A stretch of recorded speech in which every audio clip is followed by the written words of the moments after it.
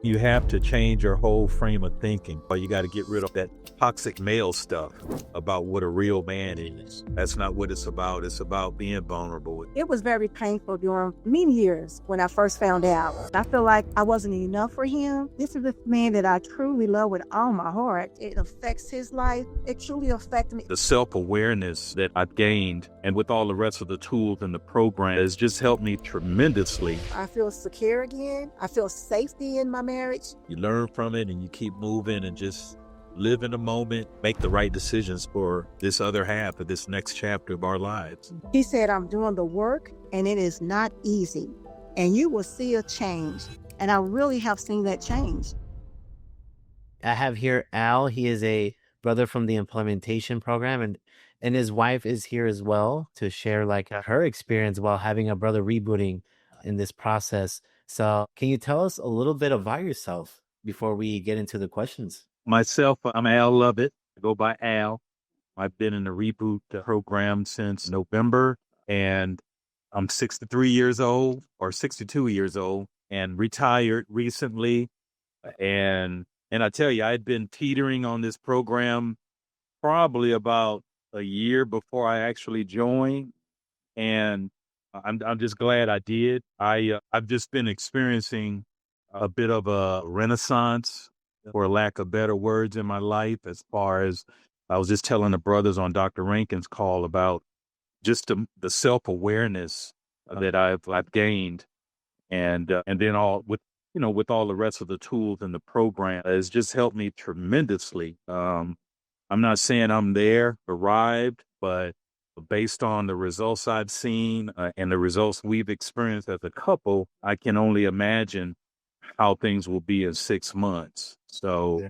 I've gotten away from the initial part of feeling like, oh, I got to do this every minute. I got to do this, do that, to just give myself a lot more grace and continue to work the tools, work the program, and things, there'll be wins, and I just focus on the wins. Yeah. It's easy to get into that mode about, well, I'm struggling here, I'm struggling there, but even with that, what are you learning?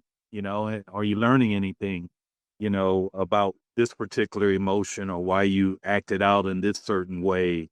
So just having a backup now, having something that I can use practically, because even with prayer, prayer is an integral part, but I think you have to get up off of your knees sometime and do some real hard work also. That's right. So, I agree with that. yeah, and that's what's paying off for me. No, thank you. That sounds like in the state that you are in right now, it sounds really positive. But even before we dive into that part, how was it before, Al here started receiving help? How was your guys' marriage? Well, I think it was one of a lot of resentment, a lot of guilt, shame. Always seem to be that elephant in the room, or just being able to exist and really enjoy one another. I mean, well, back then it was like walking on eggshells, and intimacy really it just wasn't there emotionally, spiritually, or physically. So it was, we use the term sometimes just living as roommates, because our commitment has always been here and it's always going to be here. But, even with that, no one should have to live in a situation where you're just uncomfortable all the time. And this is supposed to be the person that's supposed to be your go-to person in life. And when you don't have that, there's not a whole lot. There's just emptiness, loneliness, and Yeah. misery. What about your perspective? Is it Janice, right? Yes, Janice. Yeah. How did you feel? Yeah. I did on what he said here, but, it was very painful during many years when I first found out, you know, but it was painful a lot. I feel like, I wasn't enough for him. And I feel like this is this man that I truly love with all my heart. That's something I would never, ever think about doing, because I think about his feelings, his heart, and I wouldn't want to hurt him like that, you know. So there was a lot of mixed emotions that was going on through the years. I couldn't understand it, why he was even doing it. And like I said, when you go through those different emotions and everything, it affects not only him, but it affects me and it affects my family. It affects me how I relate to my son or my granddaughter because I had a lot of emotion and anger that I couldn't take. I couldn't really take it. I tried to take it out on him, but the organism got so bad that I just shut down, was silent. So emotions went on my son or my granddaughter or some friends that I would take it out on that I couldn't do. But yeah, it was difficult because I thought, I mean, even then, I know one thing for sure. We love each other unconditionally. I understand that. And I know we all fall short. I'm a spiritual woman. I mean, the Lord, we all fall short of the glory of God. Yeah. And so that I do know. So I know his fault might be this, my fault might be that. But this was a painful one for me. So, but yeah, it was a one day at a time. There was times I felt like just giving up, walking away, but I knew who my husband was. I knew him. I knew the man. I know the man that he is. I know he loved me. He loves his family. But he just had this one thing that he was struggling with. And it was painful for me because I couldn't help him with it.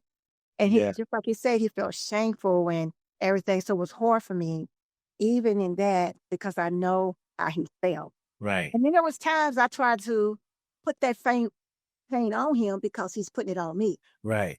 No, yeah. Sometimes they're like, "Hey, you're making me feel this way." Only if you understood how I felt, right? We kind of like we want that person to understand. And no, it is Because painful. because truly, just like it affects his life, it truly affected me. It changed really through the years. It's changed who I was as a woman, as a mother, as a wife. It started changing who I was. Yeah. You know. Yeah, and it's funny because his behavior is just like innocently watching something, but it really goes deeper, right? Like it affects everyone, and it's a selfish behavior that ripple effect. And so, no, that's thank you for sharing that, Janice. That's very vulnerable. I appreciate that. So, coming on the out of this heavier note, what significant changes have you seen in your husband since he joined the program? Oh, I seen a lot of changes. At first, it took time. It took time. And then when I would ask him every now and then, hey, you're not saying anything. What's going on? Are you learning anything? But I had to learn to be patient, and I had to learn to be patient and wait for him to want to share because I know there was some difficult times going through that. But I did write down some steps that I did see. I wanted to share. I didn't want to miss it. Hold on for a second. Yeah. Do I talk again? I have my little, okay. So the best thing is I was already retired for 2 years. And then when my husband retired and during this program, that was the best thing ever happened in our lives because I saw the work that he was putting in it every single day and studying and doing what he needs to do. I saw that change coming to him. So it was down some months, every now and then I would ask questions on how everything is going. And, every now and then he would give me something. But some things I wrote down he would say to me on this and really start seeing the changes and it start changing us how we start interacting with one another. We start going out on dates. We start laughing with each other. We start enjoying each other's company, even intimacy.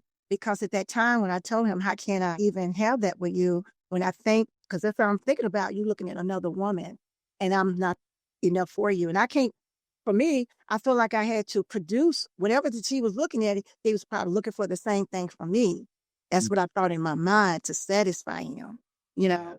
But what he gave me, he said, it's been truly dedicated. Wait a minute, I'm sorry. It's truly been dedicated. Oh, 1,000%. I want to just let him know I observed this doing his homework. And I started to see changes in him. He feels about himself, that I hadn't seen in a long time. He was set free on how to feel about himself. Also, I saw how his attitude and spending more time with each other. And I love when he did start sharing with me some of his lessons. And a few of them I want to share with you. He gave to me and I wrote down. He said he cannot deal with our situation of us as a couple or wife until he first look at himself on some unresolved personal trauma that he was going through his life as he started this program. He said, I'm doing the work and it is not easy. And you will see a change. And I really have seen that change. He's got a lot more to go, but I've seen a lot of changes in that. And he had discovered his trauma and how it affecting him. And he said it wasn't even about sex. So when he said it to me, I had to really think about that. Because as time went on in our marriage, we've been together for how long? 39 years. But it's been happening for like a long time. And so he said, so that's acting out. It was about his unresolved trauma. So sex don't control my compulsive ways anymore. That was good for me to hear. You know, I know he had this rubber band, and I asked him about this rubber band and what did that rubber band means. You know, he told. I said, "Oh, okay." So I had to be patient and learn right along with him, and go right with him and be there for him. And then one day I didn't see the rubber band. I got kind of nervous, and I said, "Hey, you're not wearing the rubber band. Is everything okay?" And that's when he said, "I don't need the rubber band." That's why he said to me, "So sex doesn't control me anymore, that I'm knowing what the trauma is that I need to work on in order for me to be a better a person for myself and a man and a husband for not only you, but for the whole family." Wow. I feel the love and like how proud you are of Al over here. And you ever find a rubber band, just flick it on him like from far away. You snap it on his head. I'm just kidding. It's embedded in me. The rubber band is in my mind now. That is true. And it's not, it was just a tool to help you understand, like, oh, a lot of it's habitual in the beginning. And then you start to dig deep. You're right. It's not really about sex. Yes, my brain hijacked that part of me to cope with something, but we don't have that awareness until we do the work. And it may seem like a simple thing or like it just clicks for you, like, oh, maybe I should heal, right? Right. That's when it starts, right? It's not when you stop watching. It's when you start going into your inner, your heart, like what's going on with me. And that's what we shy away from or ready for it. But no, And what you just said too, your heart changing. Not only had he had to change his heart, I had to change my heart and how I looked at him and not look at the offense that was happening. And like I said, I go to the Word of God. I said, only way I can be healed, he could be healed, we could be helped. I had to start praying not only for my husband, I had to start praying for me as well, for God to intervene in all this. And one scripture I went to that God gave me was Colossians 3:13. We have to make allowance for each other's fault and forgiving each other when we offend each other, when we hurt each other. And because the Lord forgave us, I have to forgive him. Yeah. You know, he forgives me. We all fall short. We all make mistakes. And I have read where it says, if you're in a relationship with a human being, they will inevitably fall short at some point. Not just him. I have fell short in some points with him as well. So when God started changing my mind and transforming my heart and let me see my husband and not seeing that, that's when my healing started coming as well. So I thank God for that, because I tell anybody that's going through this or experiencing this, when you're ready to change, you cannot do it by yourself. I know your husband said get off your knees, but it's going to take the Holy Spirit to help you in your marriage and take action. He took action. Yeah. We said it more and more over and over again, trying to get help, and he wasn't ready. But one day I just said, we got to do something. Or I never said I was going to leave him. I was going to never leave him. But I can't keep living like this, and it's not fair to me. That's beautiful. Like, yeah, what is that? The quote, faith without works is dead, right? So you can believe all you want and not do anything. It's wishful thinking at that point. But no, that's beautiful. I appreciate you sharing that. And now, what are you thinking now? Hearing the words coming from your wife, how do you feel, brother? Well, I mean, I didn't even know what she was going to say today. I just had to trust it, you know. But I'm encouraged with that, and just with this is just another incentive to just keep going and moving forward. And I'm just committed to it. I'm committed to this because I'm committed to my wife, and most of all, I'm committed to myself. I can't worry about what has happened in the past or what hasn't happened. You learn from it and you keep moving and just live in the moment and make the right decisions for this other half of this next chapter of our lives. So, and that's something I had to work on, because we still get in our little arguments. But they find you, sometimes, because I feel, for me, even though that was trauma for him, it was trauma for me in a different way. maybe something in his life, but this brought trauma into me, in my heart Right. and everything, and trying to learn because I stayed in silence for a long time. I didn't want to share it with anyone because I know who my husband is, and I didn't want him to think differently of, tear down his character. And so for years I suffered with that because I couldn't share it. And the only person I could go to was to the Lord and let him. Right. And to my husband, I did share with him how I was feeling and everything. So, but I had to also, we growing, having patient and gentle and patient with one another. Like Al said to me not too long ago, I don't want to keep reliving my past. I don't want to feel guilty. And he said, Janice, I'm working and I'm working hard for this, but I don't want to keep going that route. And I really had to think about that for it in his healing. In order for me to heal, I have to show love and stop putting that on him, making him feel guilty is what he said. But it would be certain things he would say that would make me say that. Don't forget about how you made me feel or whatever. So we Yeah. learn as we go on that. So I'm thinking, like Al said, put it all behind us and start new and fresh, which we are now, which is a blessing. Yeah. Right.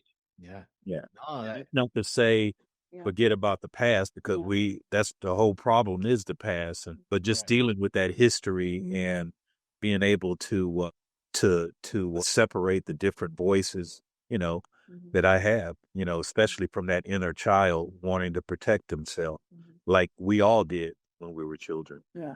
100%. Yeah. Oh, that's great. I'm loving that your willingness to face this behavior head on had a ripple effect. Right. And not just probably other people, right? Not just your wife, maybe others too are like, whoa, they feel that sense of like, man, there's something about you. Like, what is it? Like, and it feels good because you're like, oh, I mean, that means I'm like, you're really stepping into, if you will, we're using like, I'm a Christian as well, right? So like you're stepping into that spirit, right? You're like, oh, this is what it feels like to be like me. Like, I didn't know I was capable of being this part. I was identified with the pain, the hurts. And I always remind brothers, like, you had this behavior for so many years. Why do you have the need to, if you believe like your higher power, creator, God, or whoever already forgave you, then why you keep punishing yourself? Right. You're taking that role now, right? And it's like, when I understood that, and then I like, oh, now this is not necessarily a moral issue. It's more like a brain issue now. Like, how do I rewire my brain? Yep. And this is what needs to happen. And then you get more clarity, and it's always ongoing. And you did mention like feeling a little bit hopeless and lost. So what would you tell like wives perhaps that are listening to this? What words of encouragement would you give them? Well, some encouragement I put down, offer reassurance to your husband.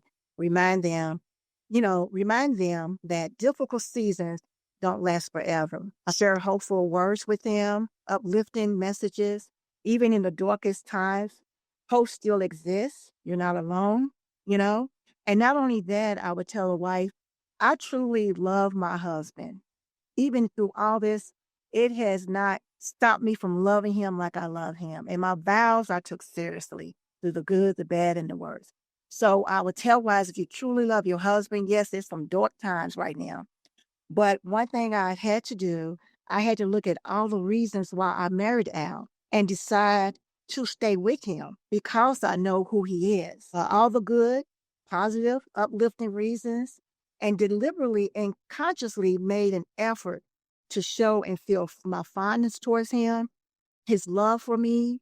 You know, I had to look back because after all that, it takes a lot out of you why you married your husband. And I had to go deep back to see why.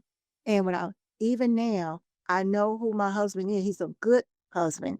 He's a good father. He's a good grandfather. We all have faults, and this is one of his. And I just don't walk away from something like that.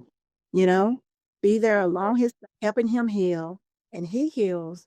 Then our marriage will be. I was can see it's. I mean, it heals, and I can see it now. I can't even more down the road what God's going to do with us. And I just thank God for that. So that's how I know who my husband is. That's why I stay with my husband. I just can't run away every time something goes wrong.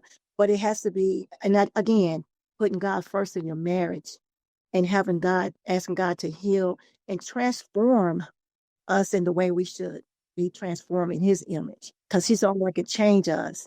But I know who I have, and I know he's a good man. He's a good husband, and I love him. I love him. You know. I love him too. I love you too, bro. Like you're an awesome girl. He's great, Yeah. and I see it. Like yeah, like and I have that same heart. Like I know every brother's just in pain. It's just Hmm. getting through that and just Yeah. shining itself. Once you get there, you're like, oh, okay. And then you Hmm. still work on the nuances, the specifics. Like life still goes on. You're still someone's gonna piss you off. So Oh yeah. this We right. piss each other off at times. It could get kind of heated, but once we calm down, walk away from each other, come back, you know, oh man. We even started we're doing a painting thing that both of us are doing now Yeah. on the canvas.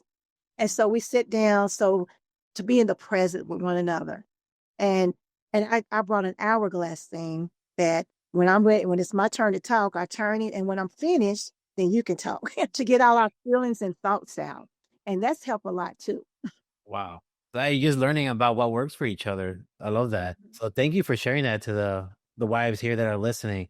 So Mhm. for you, Al, how about the husbands? As a young man out there, they're always on the fence about receiving help. What would you advise them? What would you say to them? Well, men, you have to change your whole frame of thinking. First of all, you got to get rid of all that male, that toxic male stuff about what a real man is. It's not that, that's not what it's about. It's about being vulnerable. It's about, learning how to lead your family if you're married or as a young person, learning that, you don't objectify women. You have to learn that even, I mean, women are human beings, and they have emotions and feelings and everything else. So you have to see more than just the image of a woman.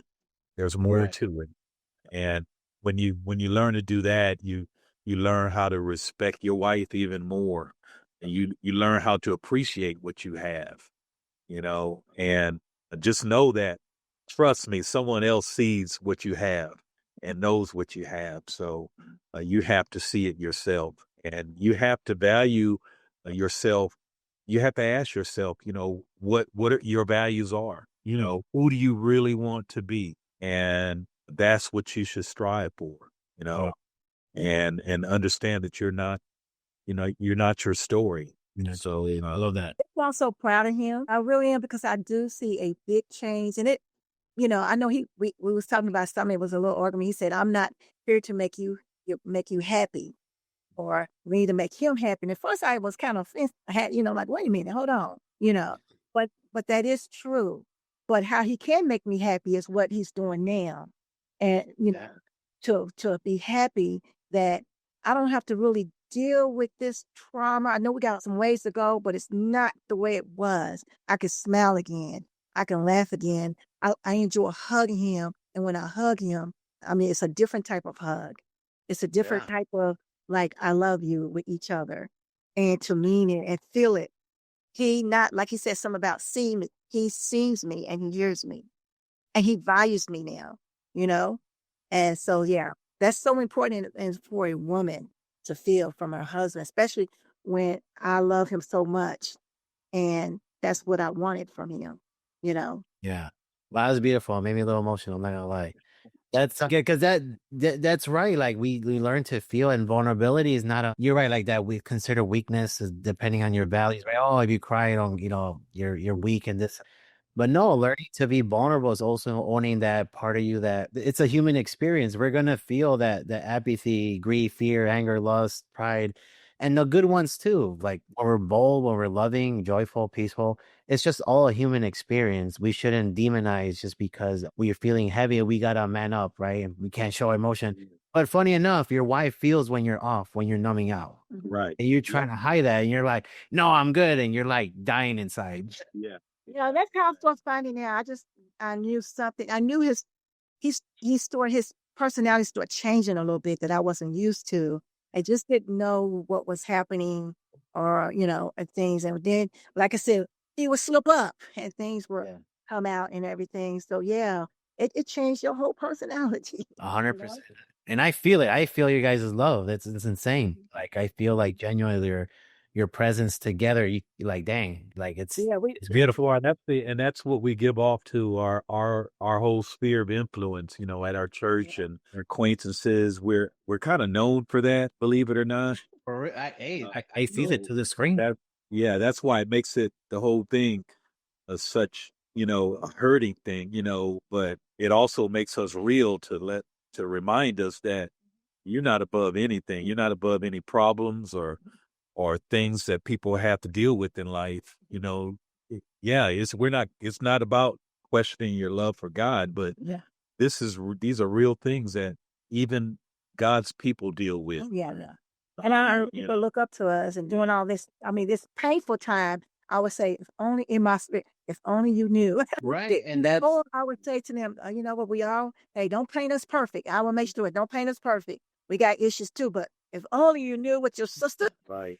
And this, right. And that pride. Quite off. It takes a lot of work in the background. Yeah. So I could imagine what if we never had to deal with this, how life could be. Or could it? Yeah. But we're still so hopeful about life, even in our 60s. Yeah. We're so hopeful and excited about all these things that we're going to be doing and places we're going to be seeing. I can't even explain the elation, about life that we have right now. Something just said too. Yeah. And I hadn't shared with him. He just said it. What would our marriage been like had it not gone? And as I was pondering on the questions he gave me, it made me go back. Because we was in our 20s when we got married, 28. It was 20. I'm 3 years. I'm a cougar, he calls me, 25. And I did, as time went on, when I look back over these 38, 39 years, I did wonder. I said, it's not bad, but I wonder what it really could have been. As great as it is, how much more greater it could have been. Right. So, and it's not too late. So we're moving in that direction. So we're gonna answer that question for ourselves. 100%. Oh, I love this. And you're right. Like, I feel like when it comes to like the time, right? We get fixated on time. Maybe you haven't learned your lesson through all that time.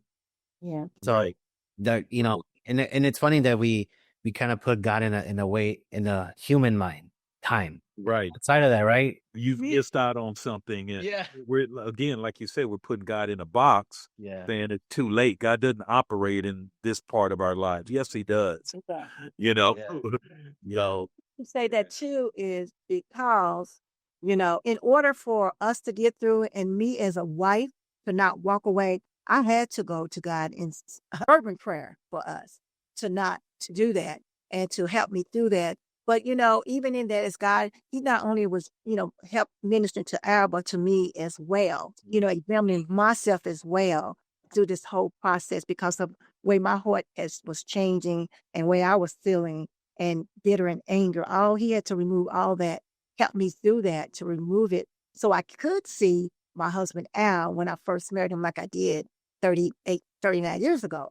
And I think that is important because he's the only one who can really transform the marriage. He's the one who can, he said, bind together, close together. So we had to go through I said, why all these years? Even in between all those years, we had a lot of great times. It's just when the hiccup came and I found out I will forgive over and over and over again. But God said I had to forgive over and over again. And I'm at this point now where he's at this stage in his life now that I can see that he's right there at that door to where, I'm sorry, hold on. He's right at that door to where he would look back on it and it won't affect him anymore. Like I said, it's not even about sex. It doesn't control me. And there's where the healing and the transformation comes in. Yeah. I don't have to worry. I don't have to feel, I felt a lot of insecurity. I felt threatened with my marriage. Could he walk out? Because I'm not looking like that person. Since he's been in this program, I feel secure again in it. I feel safety in my marriage. That's very important. Yeah. I trust him. I mean, I haven't seen anything, but I had to learn to trust him. No, I trust him in it, and that was healing for me. I still feel like I still need healing, but it's healing you, Yeah. No, this is great. I love the vulnerability and share, Janice. Mhm. I feel like we could go on for 3 hours here, and I could talk about spiritual stuff all day too. But thank you for sharing your guys' experiences. It seems like, wow, it had a really big impact in your guys' life, and what I assume other people's lives as well as a result. So Uh-huh. I appreciate you sharing. And brothers who are watching, hey, it's never too late. If those married men out there, look up, you could literally change your life within a year. It hasn't even been a year yet for this brother. Uh-huh. But as long as you take that first step, there's the possibilities are endless as long as you're willing to take that first step. So thank you, brother. I really appreciate it. And Janice, of course. And make your husband, make your wife truly happy again. I just wanted to make sure that I gave a shout out to Han also. Han. There you go. Thanks for all of his support and nudges. So I appreciate that. There you go, No, Han. you gotta go. Gotta go. Because like I said, it was worth every penny. Because at first I was like, what? Yeah. But it was worth every penny of it. I'm telling you.